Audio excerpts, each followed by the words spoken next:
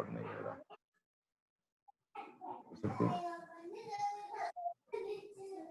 ये था find out the position of final image. एक दिया हुआ है, एक ग्लास टब है और वाटर उसमें डाला हुआ है, रिफ्रैक्टिव इंडेक्स 4/3 है और जो विड्थ है वो 5/3 है। नहीं, पानी जो है कितना 5/3 तक है और 10 सेंटीमीटर पे एक ऑब्जेक्ट रखा हुआ है, वाटर सरफेस से 10 सेंटीमीटर में। तो देखिए यही क्वेश्चन है, देख लीजिए आपको जो है क्वेश्चन है, ये तो कराए थे आप लोग, तो इसको देखिए समझ में नहीं आता है इसको देखने पर।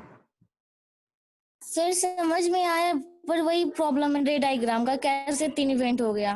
मारेंगे बस 3 इवेंट। एक बार जो ऑब्जेक्ट से रे किस में जाएगा, वाटर के सरफेस पे टकराएगा, रिफ्रैक्शन फेनोमेना होगा। हाँ फिर लाइट आगे हाँ बढ़ेगा, नीचे की ओर बढ़ेगा तो वो मिरर से टकराएगा, रिफ्लेक्शन होगा वो मिरर हाँ से, फिर वो फिर रिटर्न बैक, सर तो फिर वो सरफेस से फिर टकराएगा। देखिए ये तो जो फिगर आप लोग दिख रहा है, जो हम ड्रॉ कर रहे हैं, दिख रहा है स्क्रीन से, दिख रहा हो रहा है। तो देखिए लाइट एक तो सीधा जो मिडिल के सीधे नीचे चला जाएगा वो लौट जाएगा, वो उसमें तो कोई दिक्कत ही नहीं है, वो सीधे आएगा लौट जाएगा। और एक क्या होगा, यहाँ से आएगा कुछ एंगल पे आएगा, तो यहाँ पे क्या होगा, रिफ्लेक्शन होगा, फिर लौटे यहाँ पे आएगा, फिर रिफ्लेक्शन होगा, अब फिर लौटेगा, अब फिर रिफ्लेक्शन होगा। 3 फिनोमेना नहीं होगा, 2 बार रिफ्लेक्शन होगा वाटर सरफेस पे और 1 बार जो होगा रिफ्लेक्शन होगा। बस इसी को वैसी को फॉर्मूला में हम लोग हो गया सर, छोड़ 1 1 2 किया। और बोलिए, अब नहीं, अब नहीं है। चलिए चलिए, आप लोग बहुत क्वेश्चन पूछ लिए, अब हम क्वेश्चन पूछ। सर एक क्वेश्चन और था सर, मुझे सेंड कर रहे हैं हम आपको। भेजिए। सर बोलिए बोलिए।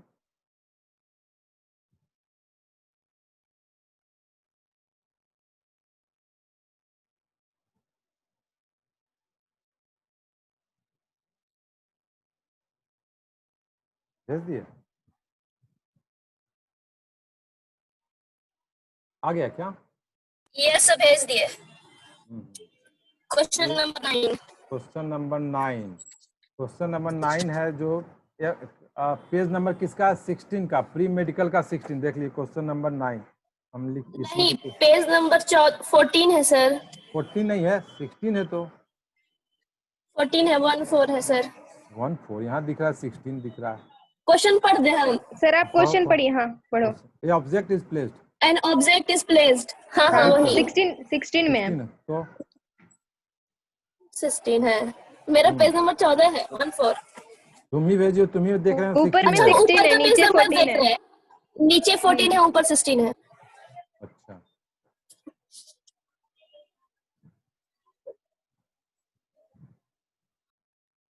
क्वेश्चन नंबर 9 देखिए, क्वेश्चन है an object is placed in front of a convex mirror at a distance 15 cent. चलिए पहले ड्रॉ कर लीजिए, एक कन्वेक्स मिरर ड्रॉ कर लीजिए। जो जो क्वेश्चन बोलते जा रहा है उसको ड्रॉ करते जाइए। 15 से convex mirror at distance 15 cent, 50 centimetre. तो ये ऑब्जेक्ट है आपका। सर आप स्क्रीन शेयर कर रहे हैं? हाँ लिख तो रहे हैं, नहीं हो रहा। 1 सेकेंड, नहीं हो रहा।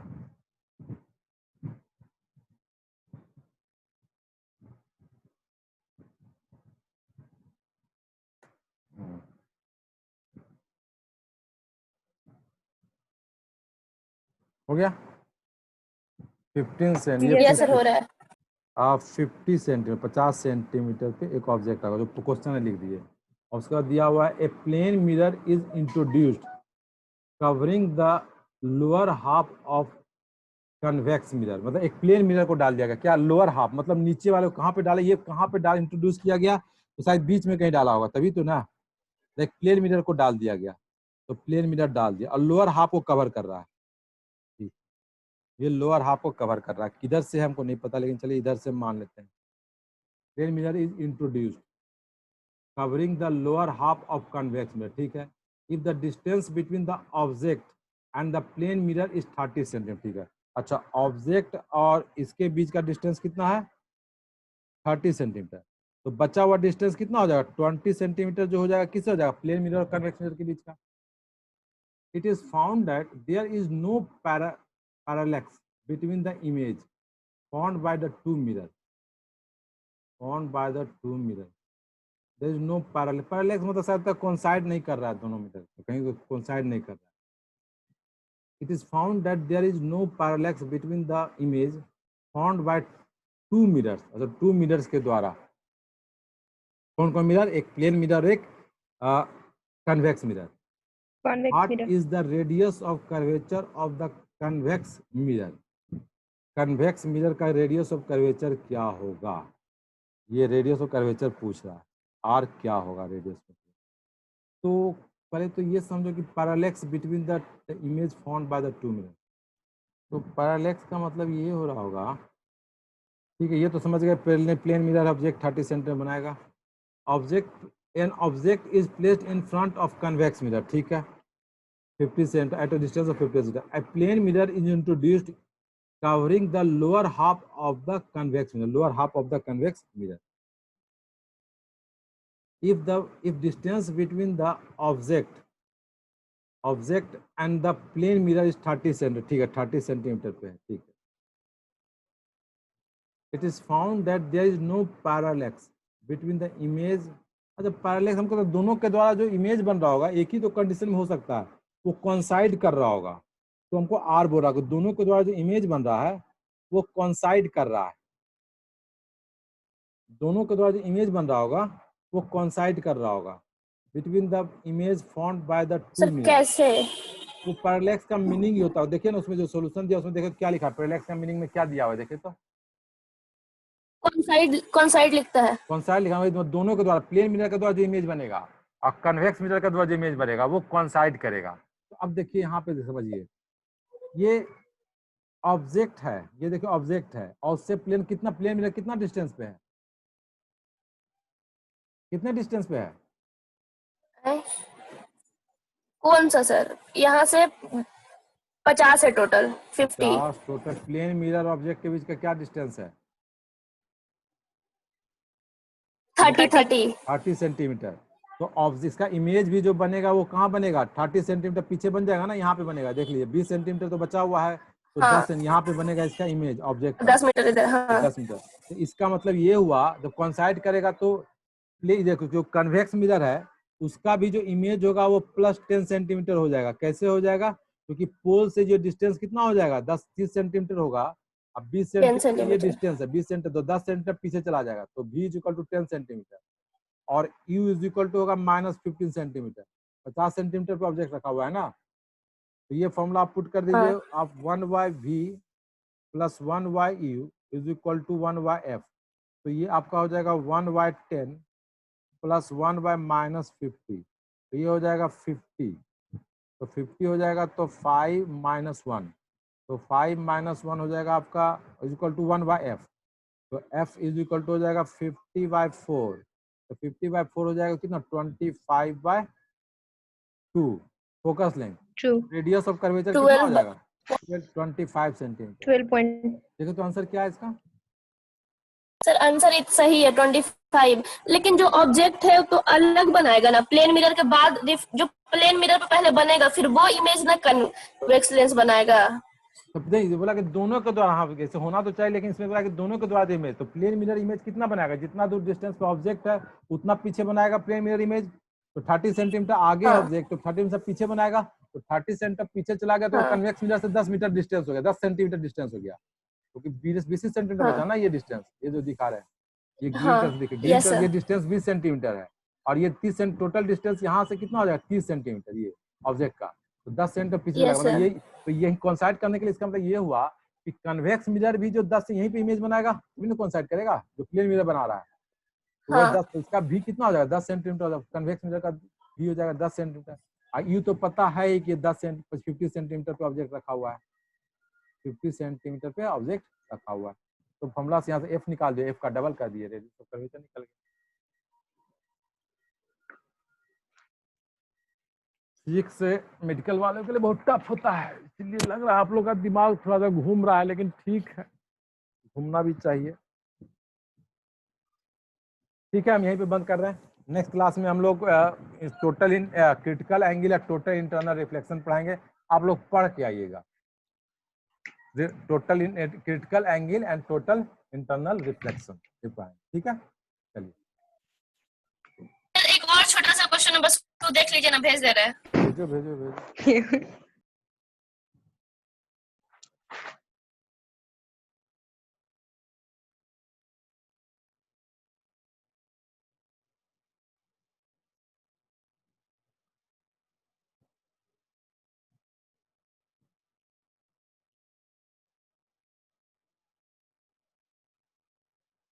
नहीं आया अभी।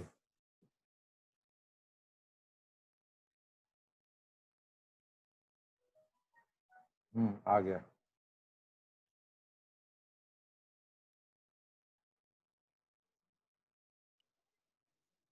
क्वेश्चन कौन सा, 1 वाला, 1 या 2? क्वेश्चन नंबर 2 होगा। 2 2 2 2। ठीक है ठीक है। Two parallel plane mirror M1 and M2 have a length 20 meter each and are 10 centimeter apart, ठीक है। तो ये क्वेश्चन कौन सा है? क्वेश्चन ये आपका हो गया प्री मेडिकल का पेज हो जाएगा आपका 7 और क्वेश्चन हो जाएगा 2। दिया हुआ है कि 2 parallel mirrors M1 M2 have length 20 metre, ठीक है। तो ये 20 मीटर लेंथ है और एक प्लेन मिरर और है, ये भी 20 मीटर है।